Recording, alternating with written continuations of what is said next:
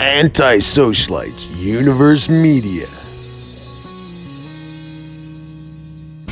November 1971.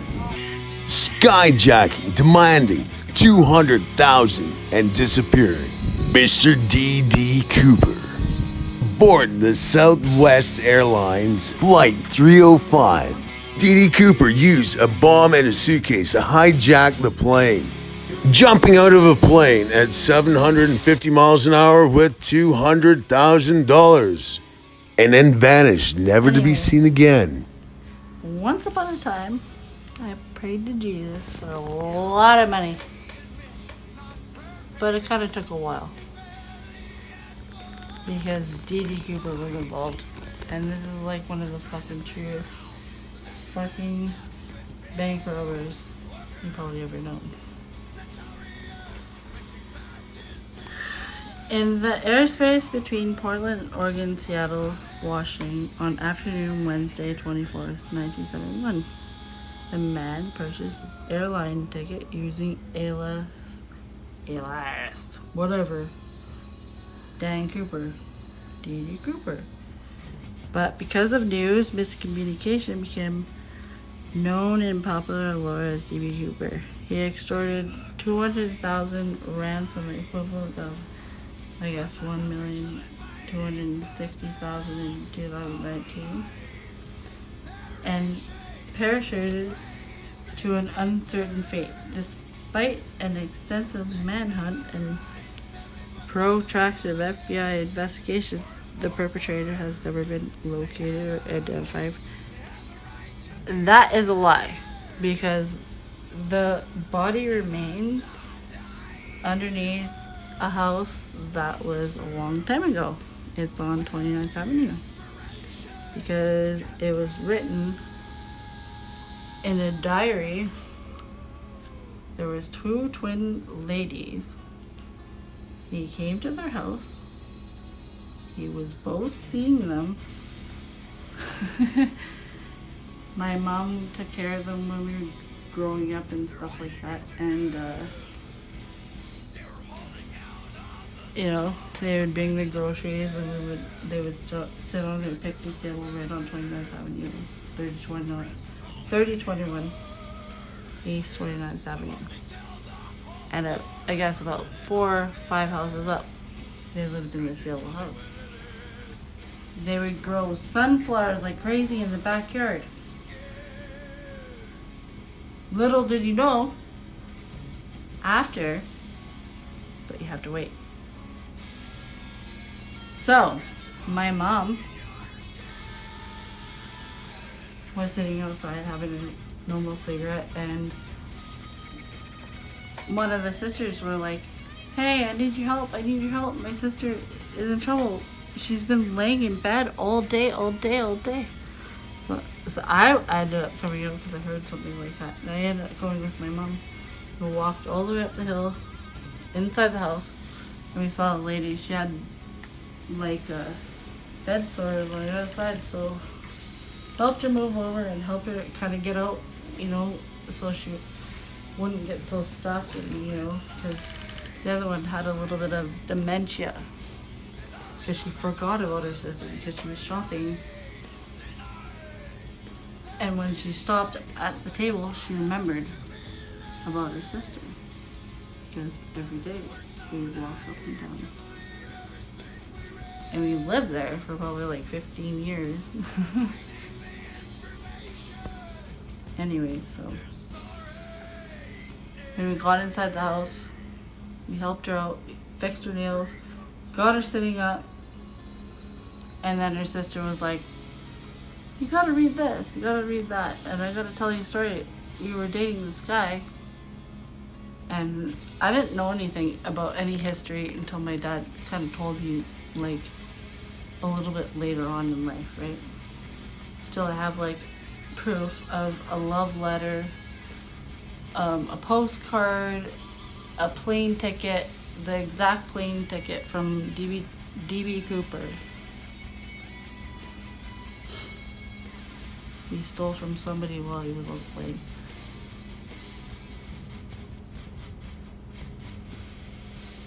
And And anyways, so the ladies told us that they ended up murdering the guy and he was in their backyard.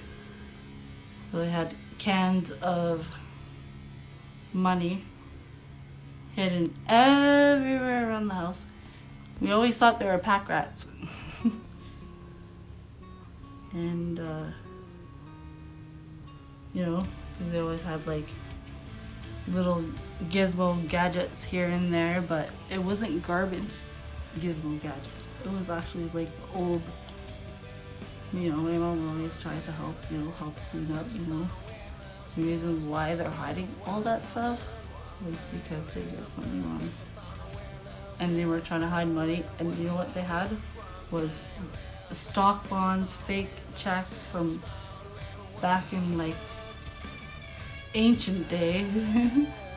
Like how he would like, and like fake check making shit that would go like this. You would make your own fucking checks. Like whatever that guy's name is. Have you ever seen that movie? Catch Me If You Can. It was pretty bad. And they didn't have one house. They had like 3. Yeah. Is that the story?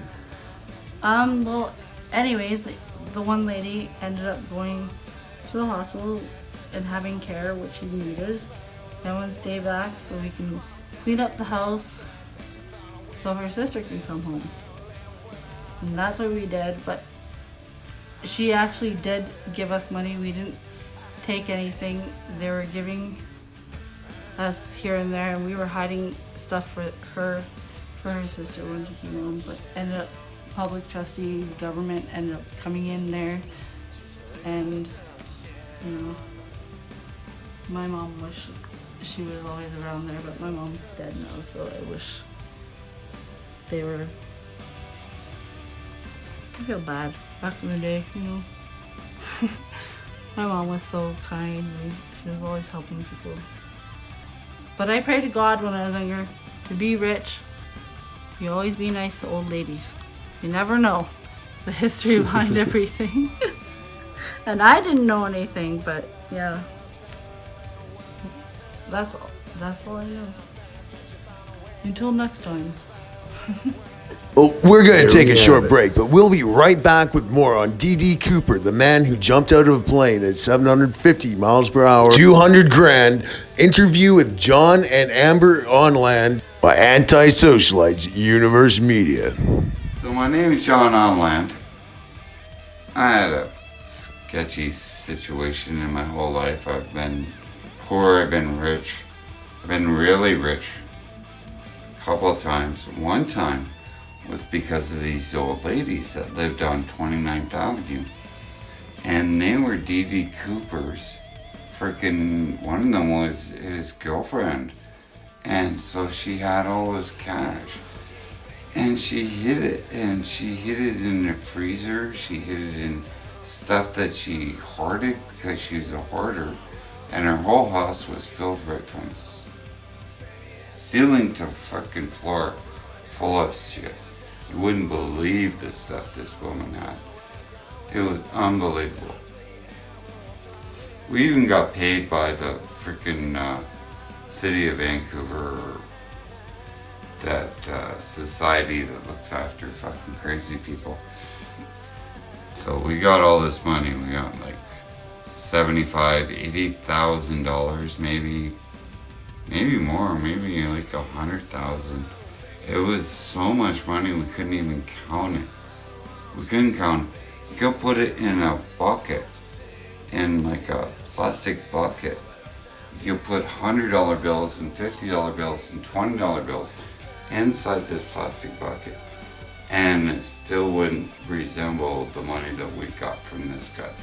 And so we're going through the house, and we're getting all this stuff out of the house, debris. And we're getting paid by the city of Vancouver to look after taking out the debris. And we find all these documents in there. And this guy is D.D. Cooper. And I go, oh my God, I mean, this guy's got mail and everything. I go, is this really D.D.Cooper? Could this absolutely be the fucking windfall that everybody on earth is looking for? Everybody's looking for the $150,000 that D.D.Cooper has. He may not have any more than that because he jumped out of an airplane and that airplane was going 750 fucking miles an hour. He's buried in this back garden of this freaking old lady's fucking house. He got hit by a car, but he got away with that. And they looked after him. His old lady looked after him. His girlfriend looked after him, but she died. He died. And she buried him in the backyard. And I go, no, and am I the only one that fucking knows about this now? And now half of East Vancouver knows about it now. Because John Onland's telling the whole world what happened. Well, we got like $80,000 in cash. Maybe more than 80,000, yeah. 3 million. 60 million. We had like tens of thousands of dollars stacked. We had people fucking going to the Take bank. pictures. Karen Williams was going to the bank for us with $50 bills. And that's all she had was $50 bills. She didn't have anything else, only $50 bills. And she was going to the Fraser Fishery Credit Union down on by the Astoria Hotel. And I'm driving there every day and she was cashing in those $50 bills and getting fucking fresh money from We them didn't think how stupid we every were, though, day. And because we didn't realize that money was worth money, more money. we didn't know. We didn't really know what we had. We didn't know what we had. I went to the freaking car lot and I bought a $5,000 truck. Just handing them $5,000. Yeah, I'll buy this fucking truck. It's like fuck all. It's like nothing. It's like what the fuck, man? This is a lot of fucking money, man. So Karen and everybody was like, right, what are we gonna do now? And I said, well, I'm gonna go on the trip. I'm gonna take. That was my beer. I'm gonna go on a trip. I gotta go somewhere, right? I'm gonna take off. I can't stay here. Because I was getting paranoid. So I took Amber with me and we went to West Edmonton Mall. And we had so much fun. Oh, we had so much fun. We went the long way around. We went all the way up towards Fort McLeod. And we stayed in Fort McLeod for a couple of days and went to Lethbridge. Lethbridge is a great city if you ever want to, if you're a tourist in Canada. Lethbridge is fantastic. It's a fantastic city. Just make sure you And got pitching. got lots of fucking pitching. Gotta have lots of pitching in Lethbridge. There's like rock and roll bands and Pilsner beer. And it's like a really good, it's a really good city. No, they do have an underground mall. They have an underground mall. You walk down the fucking street and there's a mall underground. Weird fucking shit. The only thing I bought there was a swimsuit for the hotel. But when we were driving around, me and Amber, we had tens of thousands of fucking dollars. And we're driving around Alberta with all this fucking money. With all this money, and it's only like $50 a night to stay in the hotel. And me and Amber was 16 at the time, and I was like I don't know, 45, something like that. It's like we're just fucking like too rich. We were too rich. Thank you, D.D.Cooper. Thank you, D.D.Cooper. And the old ladies. You My mom motherfucker. helped. And the old lady that fucking was banging.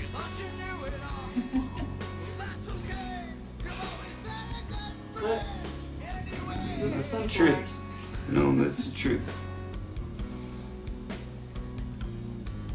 The world should know about D.D.Cooper and how he lost his money. Because I ended up with her. and me. And my daughter, and My other daughter, my son. we had sacrifices over the years afterwards. But before then, it was like, oh my God, how did this blessing come upon us? Why was why Because you were prayed we, God. why were we blessed with this? Because we prayed. We prayed for it. And we got it. God just gave it to us. Had to be God. And D.D. Cooper jumping out of that airplane Good thing he has didn't to die. be Just the went biggest. in there. He's the biggest hero I've ever freaking known in my life, because you just like crazy motherfucker. Because that's something I would do. I would jump out of an airplane for $2 million. I would jump out of an airplane for like $100,000. Because it's a lot of money. I live in the downtown east side, for God's sakes.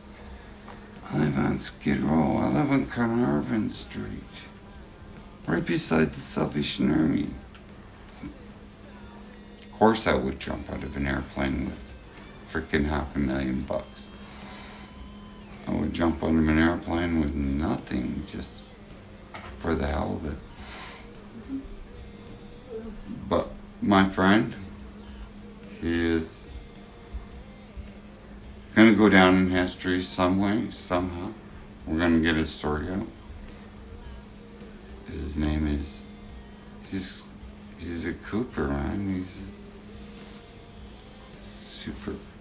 a Superman. Thanks for the money.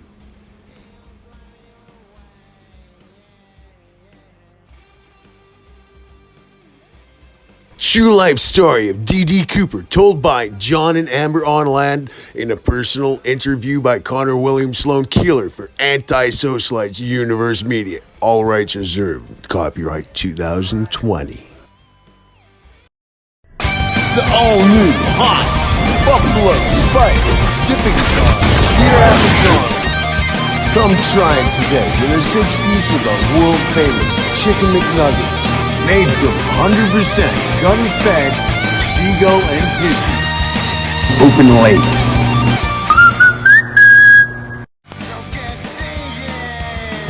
So, you know what time it is? Time to roll up another fucking goddamn doobie. Don't be such a chintzy Jew this time. Make it a fat one, eh? Because I want to get high off the roads as soon as you leave. Make sure it's some good fucking weed this time. That last shit didn't do fuck all. Think you can get that fat girlfriend of yours to show her tits again? I just want to get Pete because I heard she fucks all the guys in town. But don't you worry about a fucking thing, eh? Just smoke some more fucking weed and it'll be all good. Just remember, if a hoe bangs in the woods at night and there's no one to video it, does she still have cum on the lips in the morning? Now, my friend, is the things you need to know today, right now. So smoke some more pot, you fucking stoner.